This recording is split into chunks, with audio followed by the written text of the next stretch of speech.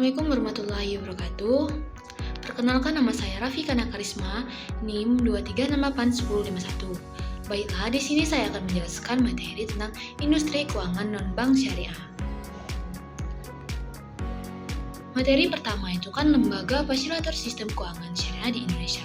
Sistem keuangan syariah di Indonesia didukung oleh berbagai lembaga fasilitator yang memiliki peran strategis dalam membentuk pengarahan dan pengawasan pertumbuhan serta kepatuhan lembaga keuangan terhadap prinsip syariah. Beberapa lembaga utama diantaranya adalah Bank Indonesia yaitu BI yang menjalankan fungsi sebagai otoritas moneter termasuk dalam menetapkan kebijakan yang mendukung operasi perbankan syariah. Otoritas Jasa Keuangan yang disingkat itu OJK memegang mendapatkan sebagai pengawasan seluruh sektor jasa keuangan, termasuk lembaga syariah untuk memastikan stabilitas sistem serta perlindungan konsumen.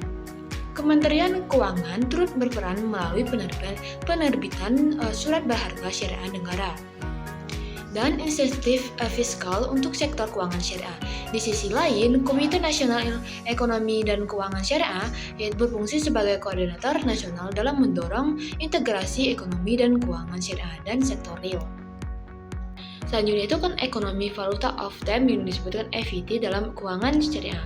Konsep ekonomi valuta of time dalam ekonomi konvensional berkaitan erat dengan nilai waktu terhadap uang yang biasanya tercermin dalam praktik bunga. Namun dalam sistem keuangan syariah, konsep EVT diintegrasikan berbeda karena larangan terhadap riba. EVT dalam konteks syariah diakomodasikan melalui berbagai skema akad seperti murabaha, jual beli, dan margin keuntungan. Ijaro itu sewa dan istihanah itu pesanan pembuatan. Ternyata prinsip dasarnya adalah bahwa waktu memang memiliki nilai dalam ekonomi, namun kompensasi terhadap waktu harus diberikan dalam bentuk yang sesuai syariah, misalnya melalui imbal jasa (ijaro) atas manfaat yang diterima atau margin keuntungan yang disepakati dalam transaksi. Oleh karena itu, meskipun sistem keuangan syariah tidak mengurusi konsep bunga. Selanjutnya itu Baitul Mal wal Tamwil BMT dan Konfederasi Jasa Keuangan Syariah yang disingkatan KJKS. Baitul Mal wal Tamwil yaitu BMT dan Koperasi Jasa Keuangan Syariah merupakan lembaga keuangan mikro berbasis syariah yang dirancang untuk memberdayakan ekonomi masyarakat terutama di sektor usaha mikro, kecil, dan menegakkan UMKM. BMT memiliki dua fungsi utama yaitu sebagai Baitul Mal yang menghimpunkan dana sosial seperti zakat, infak, dan sedekah serta sebagai Baitul Tamwil yang menyediakan pembiayaan usaha dengan menggunakan akad syariah seperti murabaha dan musyarakah.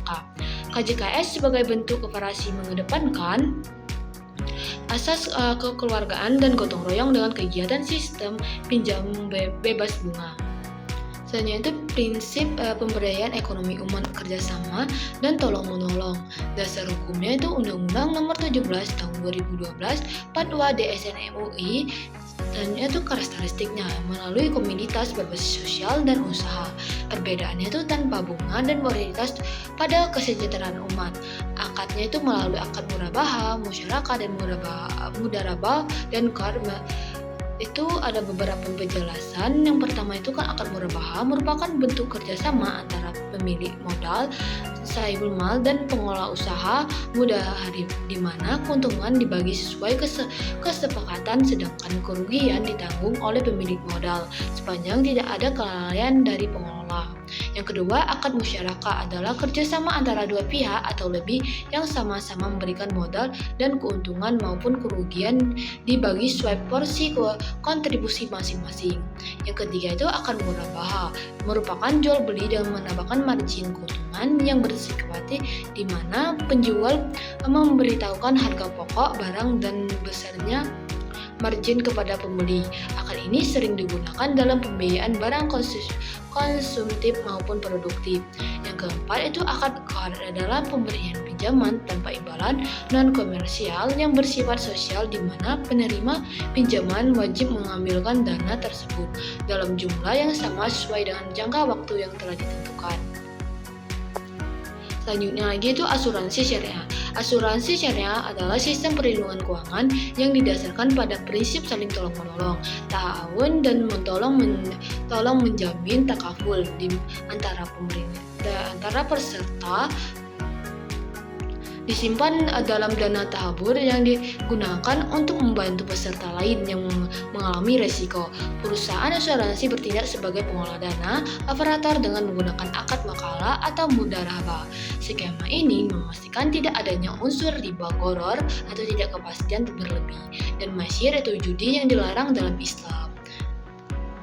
Selanjutnya, asuransi syariah menggunakan prinsip takamun, takaful, dan tabaruk. Dan itu dasar hukum penggunaan akad murabahah, hukum dalam produk pembiayaan pada lembaga keuangan syariah tertuang dalam Fatwa DSN UI nomor 21 atau DSN UI tahun 2001. Fatwa ini dikeluarkan oleh Dewan Syariah Nasional Majelis Ulama Indonesia yang disebut DSN UI sebagai pedoman pelaksanaan akad mudharabah dalam praktik keuangan syariah di Indonesia. Karakteristik dalam asuransi syariah itu adalah dana karakter bebas dari rebahan masyir.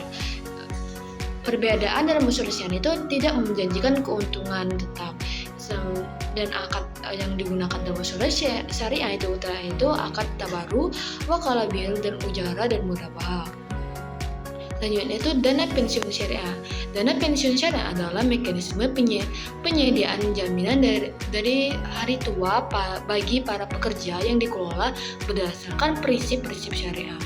Dana ini diinvestasikan hanya pada instrumen yang halal dan bebas dari unsur riba seperti suku, saham syariah, dan reksadana syariah. Tujuannya adalah untuk memberikan manfaat pensiun yang layak tanpa melanggarkan prinsip Islam. Dalam operasionalnya, dana pensiun syariah dapat menggunakan skema manfaat pasti maupun iuran pasti dengan manajemen yang transparan dan profesional. Dana pensiun menggunakan prinsip itu kepastian manfaat halal dan pengolahan syariah. Di Indonesia, landasan hukum yang mengaturkan dana pensiun adalah Undang-Undang Nomor 11 Tahun 1992 tentang dana pensiun, program dana pensiun, dan dapat dijalankan oleh lembaga pemerintah maupun swasta dengan pengawasan yang melibatkan berbagai instansi. Dan itu karakteristik dalam dana pensiun itu investasi pada instrumen halal, dan di dalam Al-Quran dasar hukum dana pensiun syariah terdapat dalam surat An-Nisa ayat 9, artinya sebagai berikut: dan hendaklah takut kepada Allah orang-orang yang seandainya meninggal di belakang mereka anak-anak yang lemah yang mereka khawatir terhadap kesejahteraan. Ini perbedaan dana pensiun syariah tidak menempatkan pada instrumen riba, dan akan itu menggunakan mudharabah dan musyarakah dan ijarah. Selanjutnya, perusahaan pembiayaan syariah. Perusahaan pembiayaan syariah merupakan institusi yang menyediakan layanan pembiayaan tanpa bunga sebagai alternatif dari pembiayaan konvensional. Skema pembiayaan yang digunakan meliputi akad murabahah, ijarah, musyarakah, atau mudharabah, tergantung pada kebutuhan dan kesepakatan antara pihak pembiaya dan penerima pembiayaan. Pembiayaan yang diberikan mencakup sektor produktif maupun konsumtif, seperti pembelian kendaraan, properti, dan alat usaha. Perusahaan pembiayaan syariah berperan besar dalam meluaskan akses masyarakat terhadap pembiayaan yang sesuai dengan syariah. Prinsip yang digunakan perusahaan pembiayaan syariah itu tidak mengungut bunga, adil, dan transparan. Dasar hukumnya itu peraturan prioritas jasa keuangan yang disebut PJOK nomor 10 atau PJOK 05 tahun 2019 tentang penyelenggaraan usaha perusahaan dan pembiayaan syariah dan unit usaha syariah perusahaan pembiayaan PJOK nomor 47 atau PJOK 05 tahun 2020 tentang perizinan usaha dan pengelemahan perusahaan. Pembiayaan dan perusahaan syariah menggantikan PJOK nomor 28 atau PJOK 05 tahun 2014 tentang perizinan usaha dan kelemahan perusahaan. Karakteristik yang digunakan perusahaan pembiayaan syariah itu adalah alternatif pembiayaan halal, sedangkan perbedaannya tidak ada pun dan penalti. Akad yang digunakan itu akad murabahah, ijarah, musyarakah, dan mudharabah. Selanjutnya itu modal ventura syariah. Modal ventura syariah itu kan merupakan alternatif pembiayaan bagi usaha kecil, menengah atau startup yang memiliki potensi besar namun kesulitan mengakses pembiayaan dari lembaga keuangan formal. Modal ventura syariah dilakukan berdasarkan prinsip bagi hasil melalui akad musyarakah atau mudharabah. Dalam sistem ini, risiko utama ditanggungkan bersama antara pemilik modal dan pengelola usaha. Skema ini sangat mendukung pertumbuhan wirausaha berbasis syariah sekaligus menciptakan peluang ekonomi yang lebih adil dan inklusif dengan menghindari praktik riba dan ketidakpastian yang berlebihan. Prinsip yang digunakan modal ventura syariah itu adalah kemitraan bagi hasil dan risiko bersama. Dasar hukum dalam modal ventura itu adalah Fatwa DSN MUI nomor 12 atau DSN MUI nomor 11 itu tahun 2017. Karakteristiknya itu tanpa jaminan tetap dukung wirausaha. Perbedaannya tanpa bunga tidak menjamin return tetap dan akarnya itu menggunakan akad mudharabah dan musyarakah. Selanjutnya itu penjaminan syariah kafalah. Kafalah merupakan bentuk penjamin dalam keuangan syariah di mana pihak penjamin kafil memberikan jaminan kepada pihak yang ketiga atas kewajiban pihak yang dijamin. Makhful ahnu, penjamin ini dapat diterapkan dalam berbagai transaksi seperti pembiayaan, layanan proyek atau kredit usaha. Lembaga penjamin syariah menerimakan imbalan jasa ujaro atas layanan yang diberikan tanpa mengandung unsur di bunga. Penjamin syariah menjadi solusi penting dalam meningkatkan kepercayaan terhadap transaksi keuangan dan mendukung pembiayaan syariah bagi sektor produktif. Sebenarnya penjamin syariah menurut prinsipnya itu menjamin tanggung jawab dengan kepercayaan. Sedangkan menurut dasar hukum yaitu menggunakan Fatwa DSN MUI nomor 11 atau DSN MUI nomor 5 itu tahun 2000. Karakteristiknya itu usaha menjamin merupakan suatu aktivitas yang bertujuan untuk memberikan perlindungan atau jaminan terhadap risiko kerugian yang berpotensi terjadi dalam suatu transaksi keuangan atau kegiatan ekonomi. Perlindungan ini bersifat finansial, artinya risiko kerugian yang dimaksud harus dapat diukur secara kuantitatif dengan pendekatan keuangan dalam sistem penjaminan terhadap tiga elemen utama yang berlibat dan memiliki peran masing-masing, yaitu pertama itu penjamin pihak memberikan jaminan atau proteksi terhadap risiko kegagalan pembayaran atau kewajiban keuangan pihak yang dijamin. Yang kedua, penerima jaminan, yaitu lembaga atau institusi yang memberikan pembiayaan atau kredit kepada pihak terjamin. Yang ketiga, terjamin, yaitu pihak yang menerima fasilitas pembiayaan menjadi subjek yang dijamin oleh perusahaan jaminan. Perbedaannya itu adalah tidak ada penalti seperti sistem konvensional. Akad yang digunakan penjamin syariah itu akad kafalah, wakalah, dan ijaro. Selanjutnya itu penggadaian syariah. Penggadaian syariah adalah sistem gadai yang sesuai dengan prinsip Islam menggunakan akad ran untuk menjamin pinjaman dengan barang berharga. Tidak seperti gadai konvensional, nasabah hanya membayar biaya pemeliharaan dan penyimpanan barang, bukan bunga atau pinjaman. Barang yang digadaikan dapat berupa emas, kendaraan, atau barang bernilai lainnya. Prinsip yang digunakan dalam penggadaian syariah itu adalah prinsip transparansi dan keadilan tanpa riba. Dasar hukumnya itu menggunakan Fatwa DSN MUI nomor 25 atau DSN MUI nomor 3 tahun 2002. Karakteristik dalam penggadaian syariah itu adalah praktis aman dan sesuai syariah. Perbedaannya itu adalah penggadaian syariah mengikuti prinsip Islam dengan akad seperti ran, gadai, dan ijaro. Biaya jasa tanpa bunga atau riba hanya menggunakan ujaro yang tetap dan transparan. Sedangkan penggadaian konvensional itu menggunakan sistem pinjaman berbunga tanpa memperhatikan prinsip syariah. Barang jaminan lebih bebas dan biaya bisa berubah tergantung kebijakan. Tujuan syariah adalah membantu secara adil dan berkah, sedangkan konvensional fokus pada keuntungan. Akad yang digunakan dalam penggadaian syariah adalah ran dan ijaro. Selanjutnya, lembaga keuangan mikro syariah LKM. Lembaga keuangan mikro syariah LKM syariah itu adalah institusi keuangan yang bertujuan memberikan layanan keuangan kepada masyarakat berpenghasilan rendah dengan menerapkan prinsip syariah Islam. UMKM itu menyediakan produk seperti tabungan, pembiayaan mikro, dan layanan keuangan lainnya tanpa bunga dengan tujuan memperdayakan ekonomi masyarakat kecil dan mendorongkan kemandirian finansial. Prinsip yang digunakan lembaga keuangan mikro syariah itu adalah memperdayakan inklusi keuangan.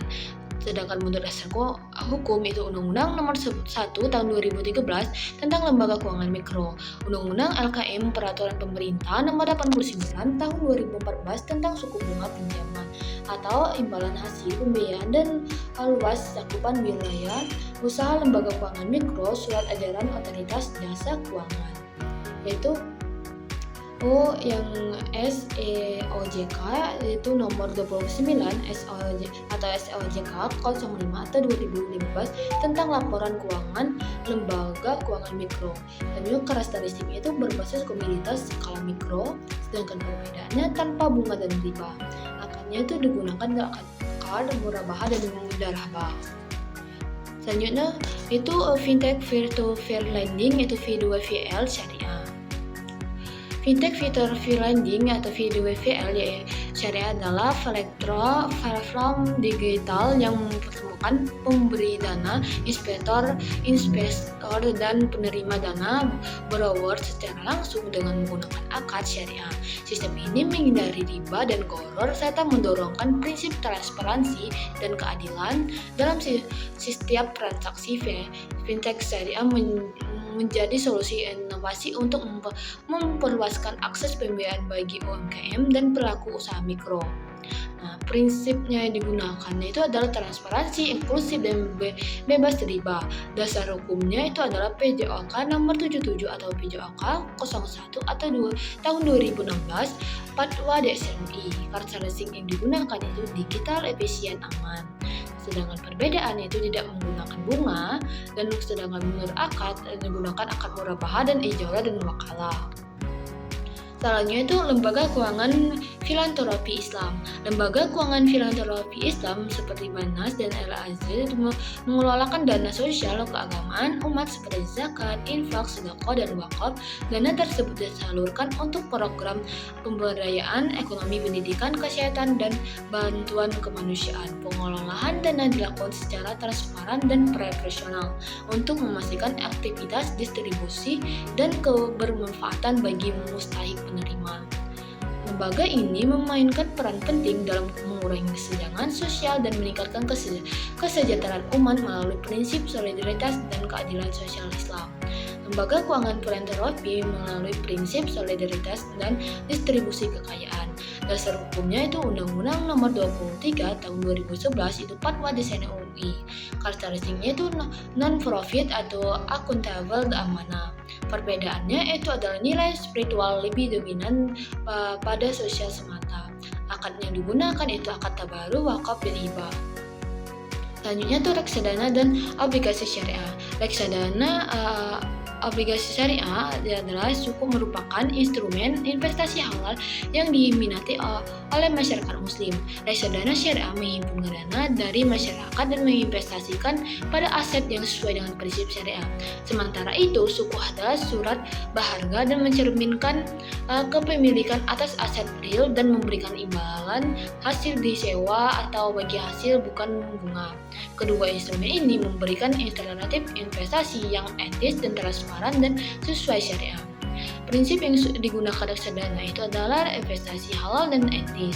Dasar hukumnya itu POJK nomor 15 atau PJOK 04 tahun 2015 tentang Fatwa DSMI UI.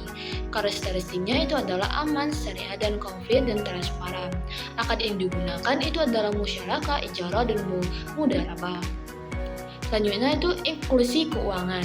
Inklusi keuangan adalah upaya untuk menyediakan akses dan layanan keuangan kepada seluruh lapisan masyarakat, termasuk mereka yang tidak terlayani oleh sistem keuangan formal.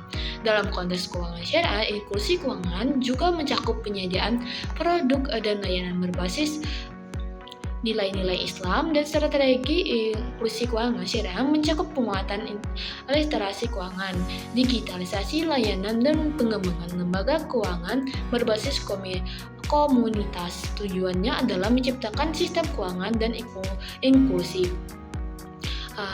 Prinsip yang digunakan inklusi keuangan itu adalah keadilan, kemudahan, akses, dan keberlanjutan. Dasar hukum digunakan itu Peraturan Presiden Republik Indonesia Nomor 82 Tahun 2016. Landasan hukum finansial inclusion ialah Peraturan Presiden Republik Indonesia Nomor 32 Tahun 2011 tentang Peraturan Otoritas Jasa Keuangan Nomor 76 atau PJOK 07 Tahun 2016. Karakteristik dalam inklusi keuangan itu adalah fokus pada pemerataan dan restorasi. Sedang perbedaannya itu mengusahakan nilai Islam bukan netral agama seperti konvensional. Akad yang digunakan dalam inklusi keuangan itu adalah bervariasi sesuai dengan produk, card, dan murabahan dan lainnya. Baiklah, itu tadi penyampaian dari materi saya. Saya akhiri. Wassalamualaikum warahmatullahi wabarakatuh.